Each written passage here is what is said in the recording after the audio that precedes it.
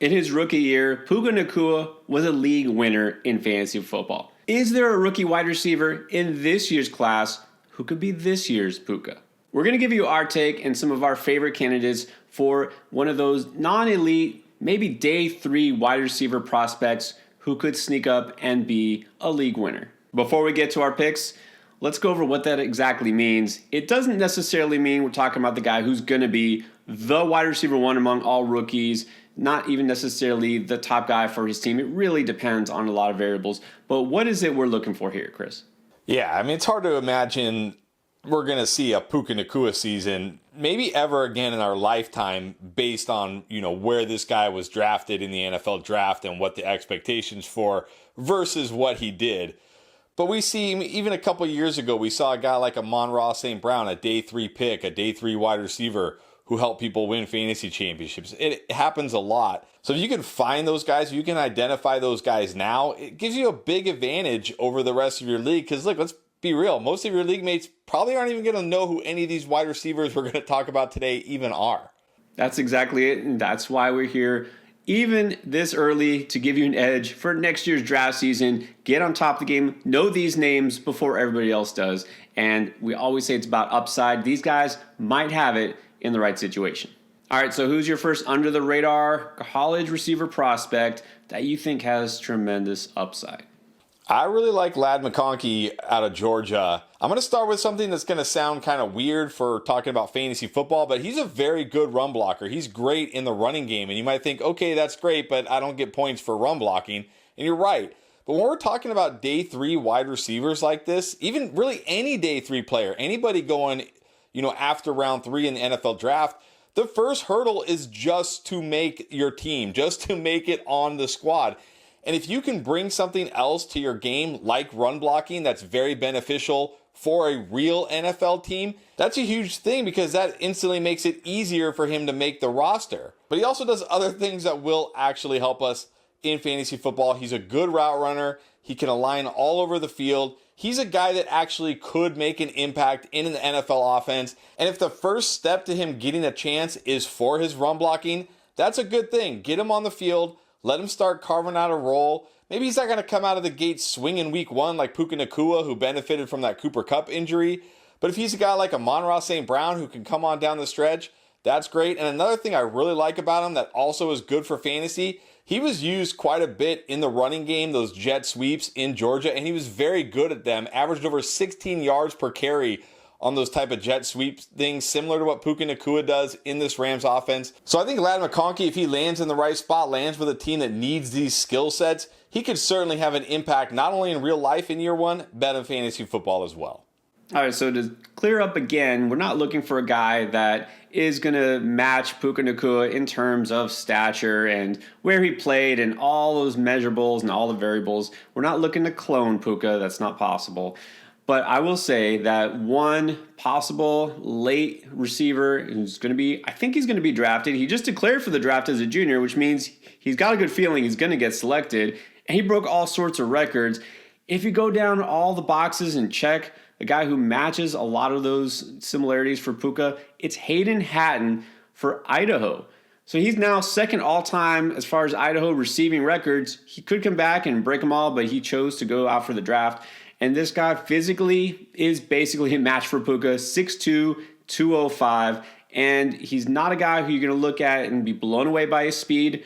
Well, guess what? That's not why Puka is succeeding in NFL. He ran about a 4.55 in the latest 40 times as far as measurement. Puka, guess what he ran? A 4.57. Almost a match there physically. And the thing that he does, which you've seen it and you've already seen it even in the playoffs with Puka, is he makes contested catches. He's been doing this since high school when he was breaking records. He's got a bigger frame. He can get up there and grab the ball over a defender, behind a defender. He doesn't care about the defenders, basically. He will go up and he will get it. So he's not a huge guy per se, but he plays big. In fact, he was a tight end originally when he went to college and got converted to receiver, and he was good enough that he stuck and wound up being a record breaker. This is a guy that is definitely going to go under the radar based on the fact that he played at a small school, not against Power 5 competition. So I do think that he is a pretty close match, and I wouldn't be surprised if he continues to succeed, despite the fact he doesn't have that burner speed or that overwhelming size. But this is a guy who just plays big, has great hands, and is somebody who loves the game, and you can tell he's going to go out there and give it his all, just like Puka does. There's plenty of other candidates out there, but who's the other one that caught your eye? Yeah, the other one, kind of what you were just talking about, is Ricky Pearsall from Florida. Another guy, not a burner, not a guy who's going to, rip off huge runs, get behind the defense, huge receptions behind the defense. But he does a lot of those same things you talked about just now that we see with Puka Nacua. Strong hands, very good in contested catch situations. Like, you throw him the ball, assuming he's not getting mugged, he's probably going to catch it. Also, like we saw a lot with Puka this year, a lot of his yardage was not, down the field. It was catch the ball, break a tackle, pick up yards after the catch. That is another area Pearsall really excelled in this year.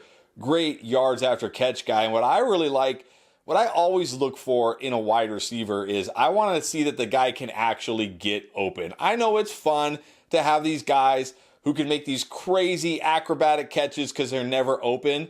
But if you want targets in the NFL, you need to get open.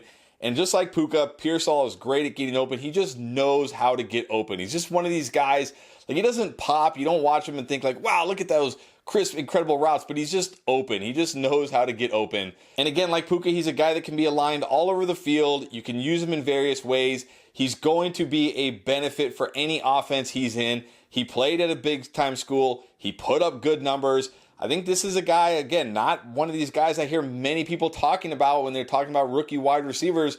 Probably going to fall to day 3, but he has the potential to be a starting NFL wide receiver. And if he lands in the right spot, kind of like with Puka, that's usually all it takes.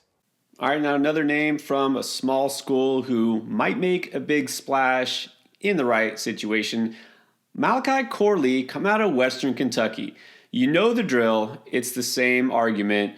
Maybe he went under the radar because of where he played, but maybe he only succeeded because of the competition he faced. We have to look at these guys in terms of what they can bring to the table. We have to project forward, athleticism, size, speed, all of those things. He's got it, which is why he's an NFL draft prospect in the first place. This guy's 5'11", 210.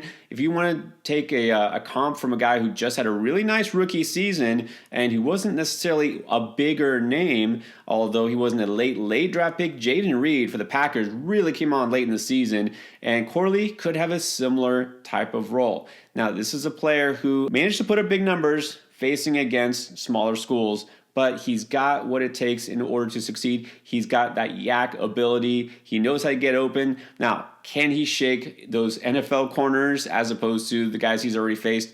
Again, there's no way to actually say, yes, he can do this. We don't even have combine results yet. 3-cone drill, all those things will tell us a lot. But if you see the film and see what he has done, it's not just because he's toasting these quarterbacks from these small schools. This guy knows how to get open, and he knows what to do with the ball after it. And that's what I'm looking for first and foremost from these receivers at the NFL level, is not only do they know how to get open and get the ball from their quarterback, but what are they going to do with it? Are they just going to fall down? Are they going to go after first contact and get down, or are they going to be able to make a play and look down the field? And I like what I've seen from him, his vision for a receiver, the fact that he can then make a small gain into a big gain. So Corley's a guy I'm definitely going to be interested where he lands on draft day, and he could be a surprise standout as a rookie, especially in the second half of the season. Could one of those guys be this year's Puka Nacua? We'll find out. But who could be this year's Nico Collins? Maybe a guy who's already been on an NFL roster that is ready to explode. We can find out right here.